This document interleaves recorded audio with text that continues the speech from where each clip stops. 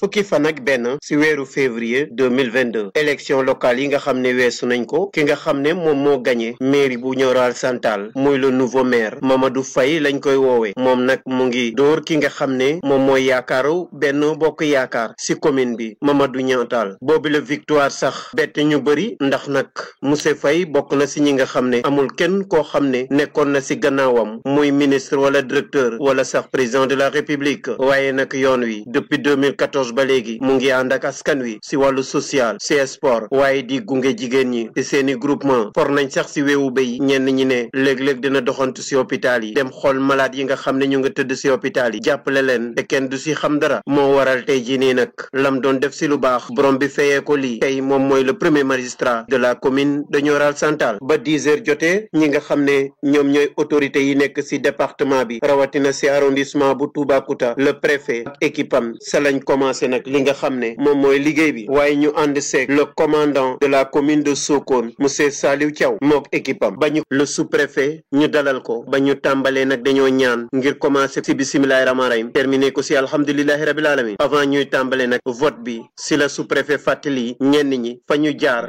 ba fi ñu yegg municipale du 23 janvier 2022 collectivité Nioro Alassane Tall inscrit 11 157 votants 6 982 enveloppe trouvée dans l'urne 6 982 bulletin nul 30 suffrages valablement exprimés 6 952 obtenu PP 791 nombre de sièges 4 buntu bi nombre de suffrages 1549 nombre de sièges 7 ADDS nombre de suffrages 1734 nombre de sièges 25 plus 8 Benno Bokk Yaakaar nombre de suffrages 1729 nombre de sièges 8 MPD Liggéey nombre de suffrages 768 nombre de sièges 3 Bokk Gis Gis nombre de suffrages 108 nombre de sièges 0 Wallu Sénégal nombre de suffrages 273 nombre de sièges 1 Coalition Alliance pour le développement du département de Foundiougne qui a donc obtenu 33 sièges. Et comme je l'ai dit tout à l'heure, conformément aux dispositions légales, c'est la tête de liste du scrutin majoritaire municipal de la formation Talta. C'est en l'occurrence chez Mamadou Faye.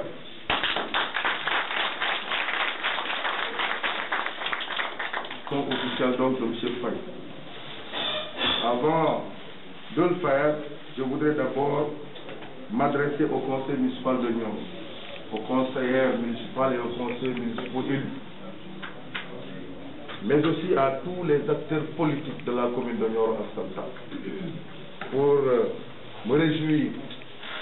du déroulement du processus électoral. Je l'ai dit tout à l'heure, c'est un processus que nous avons entamé ensemble, du début jusqu'à la fin. C'est un processus qui a fait l'objet d'une large concertation. Quand il s'est agi d'apporter des modifications à la carte électorale, le comité électoral que j'avais mis en place a échangé sur diverses propositions. Et d'ailleurs, pour ce comité, en ce moment, des plénipotentiaires ne m'ont pas encore été notifiés. Mais j'ai pris en moi la responsabilité de convier à cette rencontre, encore d'associer en tout cas à ce comité, tous les acteurs politiques que je connais ñëpp ñi ma xamoon dañuy yëngu ci politique rek ña ma ca xamoon man ku ci nekk rek woo naa la ci ba ñaantaal bii toog le maire sortant dañoo war a santal ma indexé pour me dire que préfet yow sama adversaire rek ngay woo dégg ma ne ko nag man politique bi yéen a ko séex langue yi yéen a ko séex waaye man nii maa koy organisé dara maa koy organisé nag képp ku ma yëg ni yaa ngi ciy yëngatu xanaa ku ma xamul képp ku ma xam dinaa la woo ku ma xamul nag mënuma la woo on a tenu plusieurs réunions d' abord biñ ne carte bi nañ ko changé daaw da ngay mële ñëw naa plusieurs reprises à mon bureau dama daa bëgg. ba ñu paree loolu nag ki nga xam ne moom moo nekk le nouveau maire yëkkati yi kaddu. Je t'appelais toujours grand frère. Je continuerai à t'appeler grand frère jusqu'à la fin de nos jours. La politique nekkul ay noonu nekkul animosité ndaxte képp ku ko doon def doomi commune Nioro la santam nekk jógeyoo fenn bokkoon ci langue bi ñu gis suñuy papa gis ci suñuy mag gis ci suñuy rakk moom sincèrement bu fekkee ne dañuy dund ci biir askan bi jox cër suñu papa yi jox cër suñu mag yi jox cër suñu rakk yi bu ñu dajee ci biir langue politique bi war nañ ko mën a wone pour que ëllëg képp ku ñu gis ñoom ñoom naw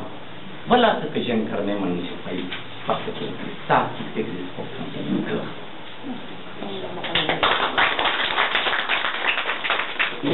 ci loolu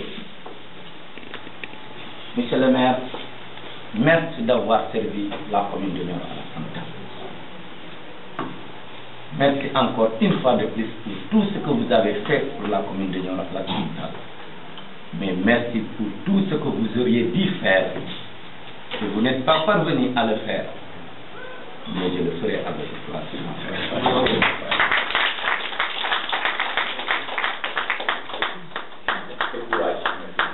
yeewu naa la nga doxi say soxla mais xamal ne on aura d'autres occasions pour parler parce que seul le devenir de la commune de Nioro Alassane intéresse moom Faye. ginnaawam laa ko waxoon fii dina toogaat ma waxaat nekk sama xarit sama collaborateur sama premier conseiller technique la ñu seqoon liggéey administration maa ngi seedeel commune Nioro Alassane bi mosuma yóbbu ci moom loo xam ne jafe la amut lu ma mos a yóbbu ci moom it yoon may ma ko bu bañal moom lu ma na ma def itamit tam gis ne lii erreur la dina ma conseillé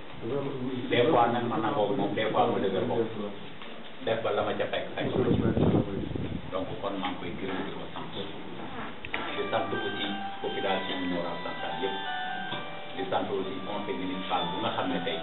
ñoom ñoo fi jógee pour sama yoon waaye di xamal leen aussi que ne jëmm ji taxaw comme nu mu ko waxee ay frère lañu mën a moom papaam ak sama papa ñoo mën politique nag politique la dugg waaye man maa philosophie. si tey jii nii commencé nag sous préfet bi si la leen waxee procédure yi nga xam ne noonu la ñuy def pour élire adjoint yi ak adjointe yi waaye monsieur Faye ba ko sous préfet waxee procédure yi ba pare moom dafa taxaw ne sous préfet ànd nañ seeg yow te dinañ respecté li nga xam ne moom mooy parité noonu sax la ko doxalee premier adjointam si vote ba nekk Fatou Berthe boobale jigéen sax mu nekk jigéen ju njëkk depuis bi commune bi nekkee commune ba léegi jigéen topp si ab maire si commune bi mu amoon na 48 voix ka doon jonganteeg moom amoon ñeent voix deuxième adjoint bi nekk Aliou Ndiaye moom itam am 52 voix ndax nag moom amutoon kenn koo xam ne posé na ab candidat troisième adjointe ba nekk Roqi Ndiaye moom itam mu nekk mook Aïssatou Faye ñoo doon jongante Roqi Ndiaye nag gagné ko largement quatrième conseiller bi nag nekk Cheikh Fane moom itam lu tolloog 52 conseillers votel ko lii moom mooy bureau municipal bu commune bu Nioro Alassane ba ñu paree nag bile élection yi kaddu la monsieur Faye yëkkati dénk ko askan wi. jërëgeen jëf mbokk yi ñuy seetaan ci Sokone TV tey jii nii nag ñu ñëwoon ci commune bu Nioro Alassane ñu doon installé nag le nouveau maire muy le premier magistrat de la commune de Nioro Alassane Mamadou Faye mi nga xam ne tey nag moom la askan wi wóolu dénk ko bile commune monsieur le maire ba ñu paree installation bi ci bureau municipal bi ak lépp tey lan ngay wax askan wi nga xam ne ñu ngi lay seetaan ci Sokone TV. waaw sant yàlla bu baax santaat ko bu ñu mayee ñu fekke bés bu toll nii mu nekkoon bés boo xam ne dañ ci doon tabu maire commune Nioro Alassane Tall ak ñeenti adjoint yi nga xam ne moo war a former bureau municipal mu doon loo xam ne def nañ ko ci jàmm def ko ci salaam benn rëkk-rëkk amu ci benn problème amu ci la ñu namoon am nañ ko ci liggéey bi nga xam ne tey door nañ ko di sant ñëpp képp koo xam ne fii nga nekk wala feneen nga jóge ñëwoon pour fekkee ci bés bi maa ngi lay sant di la gërëm.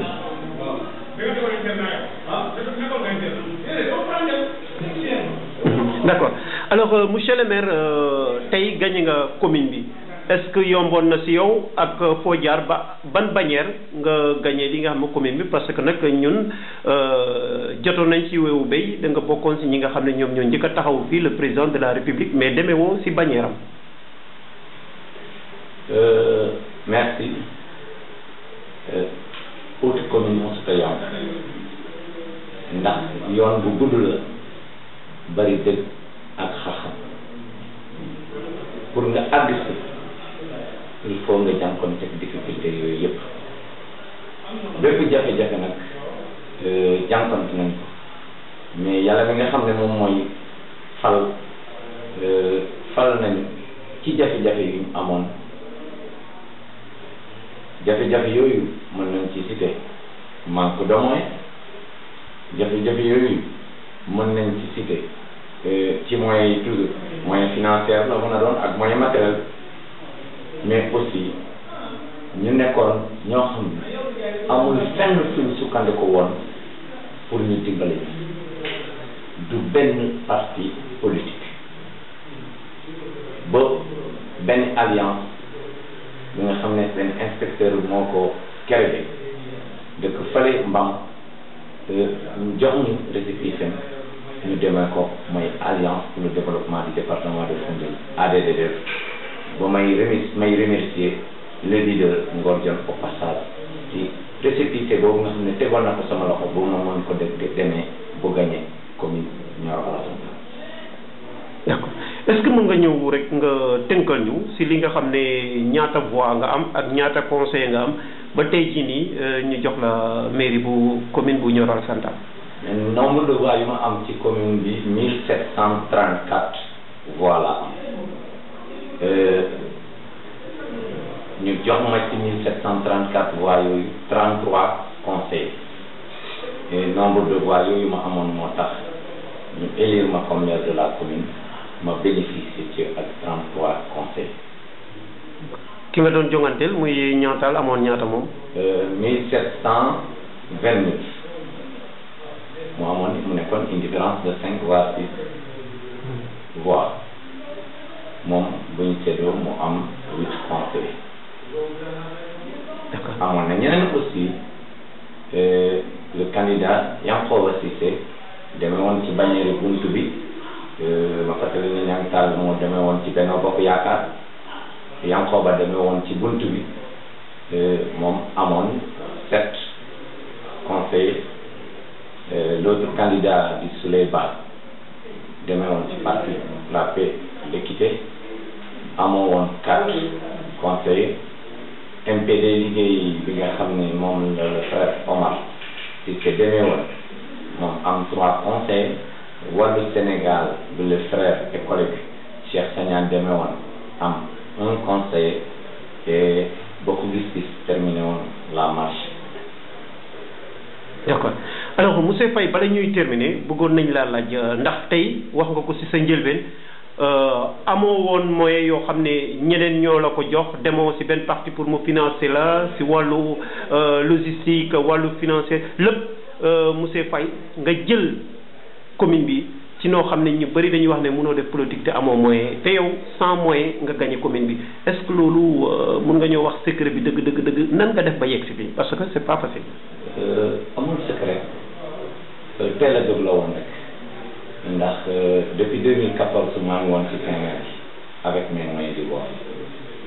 mooy bu ma waxee mooy rek c'est parce que mooy tollu woon comme moyen yi nga xam ne yeneen leaders yi amoon nañ ko mais ça ne veut pas dire que amu doon demeewuma sans moyen ndax nag am na des fils du terroir yi nga xam ne ñoom jàppale nañ ma ba mu am li nga xam ne au moins mënoon naa ko demee campagne ñii nag doomi commune bi lañ ñii dëkk village yi commune yi ñeneen ñi nekk ci diaspora ba ñooñu ñoo cotiser jàppale ma ba ma mën a am sonorisation ak quelques oto yi nga xam ne demee mais monsieur le maire attends monsieur le maire ñun ñu dégg si weewu béy ki nga xam moom mooy Latif Coulibaly le ministre moo la jàppale ndax booyam nga may wax ne diaspora bi ñoo cotiser. non ne me fais pas rire. Ah bon? Sincèrement ba léegi sax déggante wu ma ak Latif Coulibaly. parce que ba léegi laa la wax déggante wu ma ak Latif Coulibaly waaw pour man sax yëgul ne xëy na am na ku fallu commune Nioro Alassane Tall ndax déggaguma ko waaw am na nag maire yi moo wax dëgg yàlla félicité ma waaw waxtaan pare pour dans l'intercommunalité ñu ànd bokk liggéey mais wax dëgg yàlla Latif joxuma xaalis pour man ma campagne ko beneen politicien aussi joxuma xaalis pour ma demee ko campagne nee naa la à part Ngor Dione bu ADD képp ku ma jox dërëm ma campagne ko doomi Kër Maama Lamine la wala doomi Ndiop Thiaré la wala doomi Kër Gueye Yacine la wala doomi commune Nioro Alassane Tall en nombre ñoo cotisé jox ma ba ma mën a am ci nii campagne laa wax li ma demee campagne ndax campagne door na le 8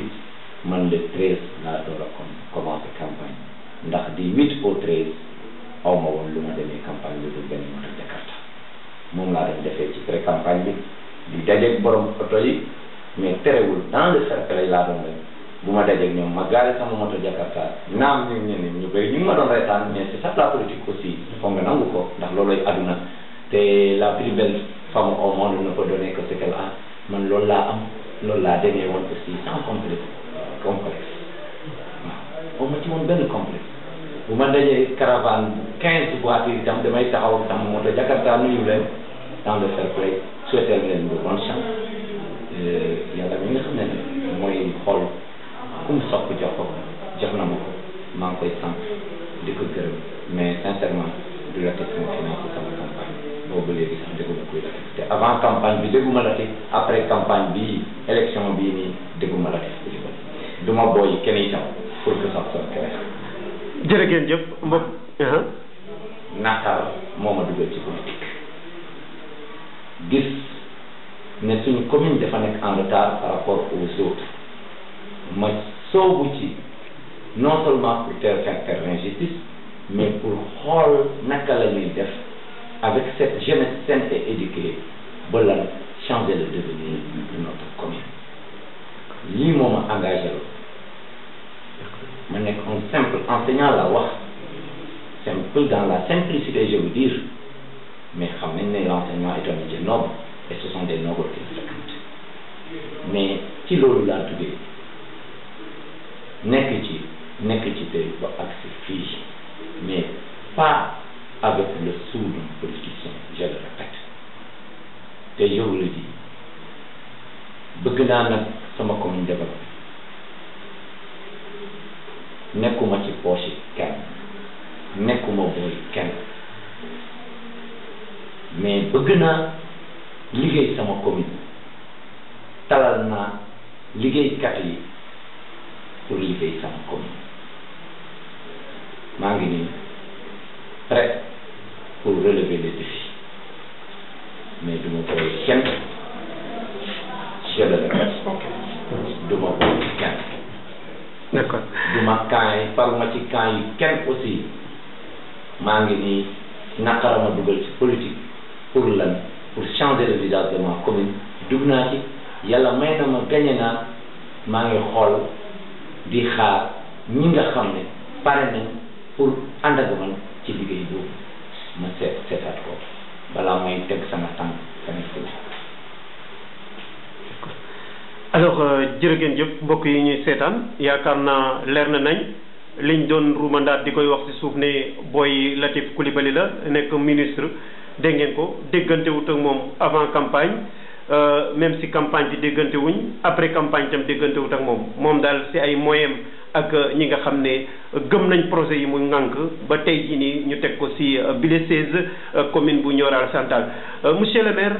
ñi nga xam ne ñoo bokk ci commune bi ñi nga xam ne aussi ñoom nga war a liggéeyat lan nga leen di wax ñaaxaat leen pour commune bi mu mun a émerger comme ni nga ko bëggee ndax nag bu dee xam-xam yàlla may na la ko waaye itam bu dee relation itam yàlla may na la ko.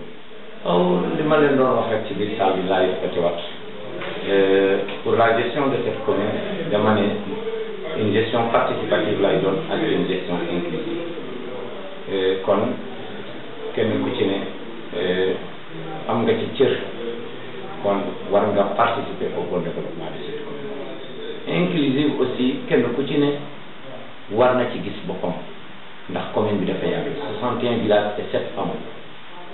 di souffrir ci électricité di souffrir ci ndox naam foore nañ ci ay forage yu bëri mais la commune souffre jusqu'à présent d'un problème d'eau di souffrir ci infrastructure scolaire di souffrir ci infrastructure sportive di souffrir ci ay projet dëgg-dëgg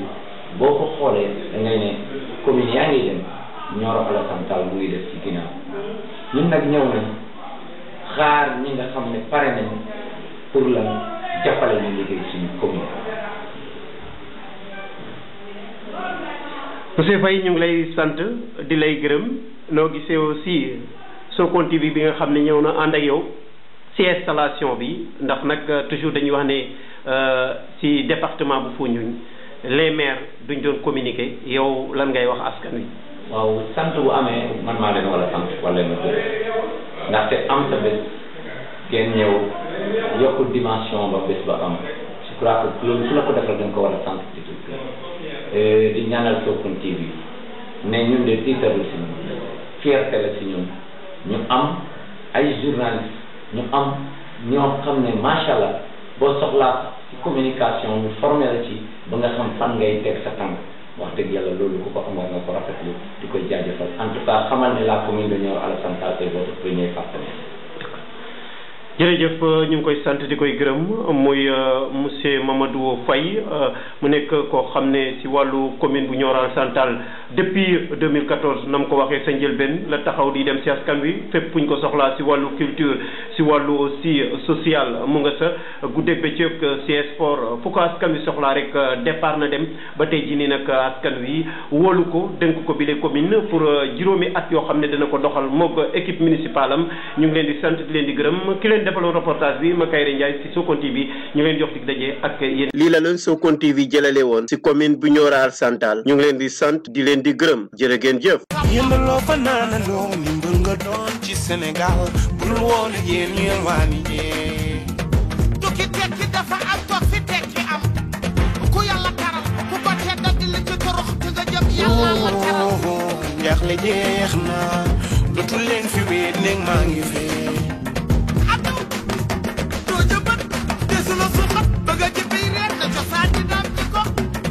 te ma wayal leen wétal leen dellu ci leen jigéen ñaa ngi